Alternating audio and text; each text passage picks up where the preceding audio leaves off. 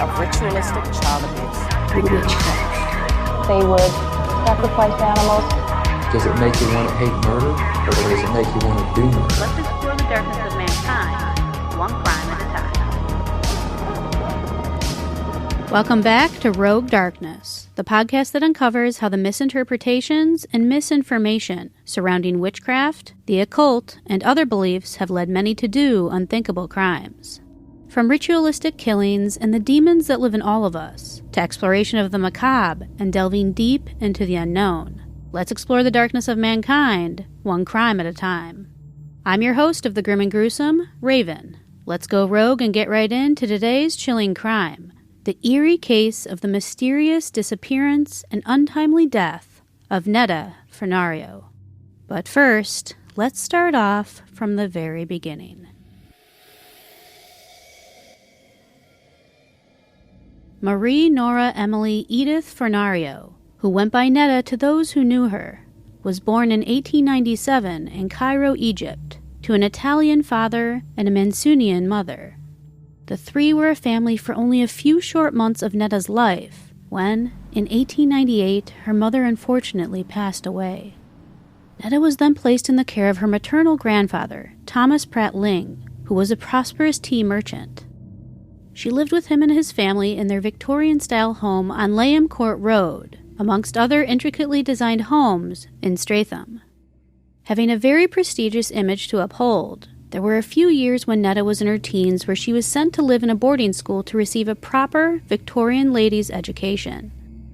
During this time, London was experiencing a rise in esoteric societies with a specific interest in the occult studies. This spiritual and mysterious way of life caught the attention of Netta, and she soon became a member of the Alpha et Omega section of the Hermetic Order of the Golden Dawn, and was also an officer in a co-masonry lodge. Members of these orders spend their time studying ancient magic, falling into meditative trances, summoning spirits, and participating in ceremonies that often last days on end. At this point in her life, Netta continuously strayed from social norms, as she was known to be a vegetarian and wore her long dark hair braided, both of which were not common in that time. Netta also reportedly rejected the fashion of the time by wearing artistic and alternative woolen tunics paired with silver jewelry. Her maid, a woman named Mrs. Varney, reported that Netta was generally always cheerful and rather happy, despite her odd character and rough-around-the-edges appearance. In the fall of 1929, Netta left her life behind in London and moved to the island of Iona without much warning and pretty much out of the blue. The tiny island, just 3 miles long by 1 mile wide, is on the west coast of Scotland. It first piqued Netta's interest after reading a story that described the region as one where fairies roamed free. It's also said to be one of the few spots on Earth where the veil between the physical world and the spiritual realm is at its thinnest. Iona has a long history as a place of great magic, and its grounds are said to have been used for ceremonies since the ancient Celts and Christians. And although Netta left rather abruptly, she packed a large amount of her belongings, including cases containing enough furniture to comfortably fill a small house. Netta was clearly intending to stay in Iona for some time. Upon arriving on the island, Netta found lodging on a farm with an older islander named Mrs. McCrae, after the two bonded over their mutual interest in folklore and the occult. Mrs. McCrae quickly grew concerned, though, when Netta described a spiritual trance she'd undergone that had lasted for an entire week. Mrs. McCrae was told by Netta that if she undertook such a trance again, that they must never call a doctor to intervene. Not understanding why, the concern only worsened from there. And it was from this point where Netta's behavior only seemed to become even more increasingly bizarre. Netta seemed to always have a distant look in her eyes, and would often speak incoherently. She spent most of her time in Iona roaming aimlessly in her long, flowing black cloak, and at night, she would often be seen and heard attempting to communicate with the island spirits. Mrs. McCrae reported that Netta's once silver jewelry had ended up strangely turning to a dark black, presumably overnight.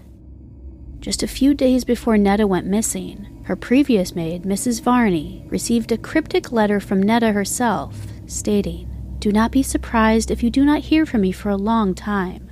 I have a terrible case of healing on." Then, on Sunday, November 17th, Netta frantically began packing up her belongings to leave Iona. When Mrs. McCrae asked why she was suddenly wanting to leave, Netta reportedly told her that she was under a severe telepathic assault and needed to leave Iona and return to London immediately. Such attacks were a hot topic among occultists in the early 20th century, and Netta had actually been reading a book on how to defend oneself from such psychic attacks. Mrs. McCrae was disturbed by this, along with Netta becoming increasingly more peculiar by the day. Mrs. McCrae informed Netta that no ferries sailed from Iona Island to the mainland on Sundays, so she spent the rest of the evening gathering her belongings in hopes to leave the next morning. However, just shortly after this, Netta abruptly changed her mind. She went into her room and emerged with a calm look on her face. She informed her hostess that she decided to stay in Iona indefinitely. The following morning on Monday, Mrs. McCrae went to check in on Netta. However, when she opened the door to the room Netta was staying in, no one was there. The room was empty. This initially didn't worry Mrs. McCrae, as Netta was known to be quite unpredictable and would often tend to wander. But after several hours had passed and Netta was still nowhere to be seen, she became increasingly worried, especially since Netta's room appeared as if she had just stepped out for a short while. All of her items were left behind, her clothes were neatly folded, and her bed was nicely made. Mrs. McCrae then conducted a search party of fellow local islanders to search the bays, rocks, and moors. But Netta was nowhere to be found. It wasn't until the following day, on November 19th, 1929, when a pair of men discovered the lifeless body of Netta Fornario on a hillside near an ancient village. A silver necklace that had blackened like the rest of her jewelry was around her neck. A large cross had been etched into the ground with a knife that was found near her body. Netta's body was sprawled out, wearing nothing but her thin black cloak. She was covered in little but numerous scratches, and it appeared as if she'd been running over treacherous ground, as her feet were bloody and raw. It was difficult for the examiners to initially determine Netta's time of death, but they ultimately concluded it was likely between 10 p.m. on November 17th and 1:30 p.m. on November 19th. Her autopsy also provided little information as to how she actually died. After a lengthy autopsy was conducted, Netta's cause of death was determined to be a combination of exhaustion, heart failure, and hypothermia. The official cause of death listed on her death certificate read, exposure to the elements. And after questioning the locals, investigators weren't able to find any likely suspects, so they ended up ruling out the option of foul play. Being that Netta was always independent and rather mysterious, the case seemed cold and closed up to that point. However, members from her occult order disagreed with her listed cause and manner of death. They claimed she had been under psychic attack and that she had been killed telepathically. Netta's body was oddly found on a presumed fairy mound that's said to carry magic and be a home to the Fae, which caused suspicion amongst the occult members. Another peculiar part of this case was the cross that had been carved into the turf near her body. No further information was ever uncovered on the findings surrounding her body when she was discovered. The actual cause of her death was still a mystery, and the culprit of her death, whether it be human or something otherworldly, we may never truly know who, or rather what, may have killed Netta Fornario. So that was the eerie case of the disappearance and unfortunate death of a mysterious woman known as Netta Fornario, whose actions right before her death have led many to speculate how and why she had ultimately died. Could there have been foul play involved, or do you think her death may have had a supernatural element to it? Why was Netta roaming barefoot, with light clothing, on such a cold night? What had caused the myriad of scratches that covered her body? These are all the questions asked still to this day. And although this puzzling death occurred almost a century ago, this case still remains a fascinating mystery and will likely continue to be for many more years to come, if not indefinitely.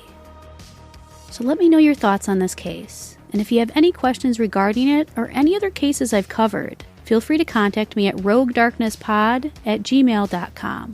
You can also always reach out to me on my Instagram or Twitter at rogue_darkness, on my website roguedarkness.com, or drop me a comment over on my YouTube channel. Also be sure to subscribe over there to see my episodes in live video format.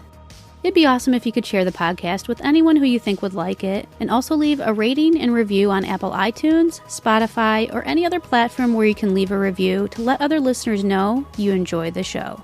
If you want some personalized shoutouts and other exclusives, definitely check out my Patreon by visiting patreon.com/roguedarkness. You can also check out my Bonfire shop if you want to get your hands on some awesome merch. For references on the cases I've covered, and to go even deeper down the rabbit hole of darkness, you can find all of the links to everything discussed in my episodes down in the description box. And with that said, that concludes this week's episode of Rogue Darkness. The darkness is all around us, and I can confidently say that reality truly is more terrifying than fiction. Until next time.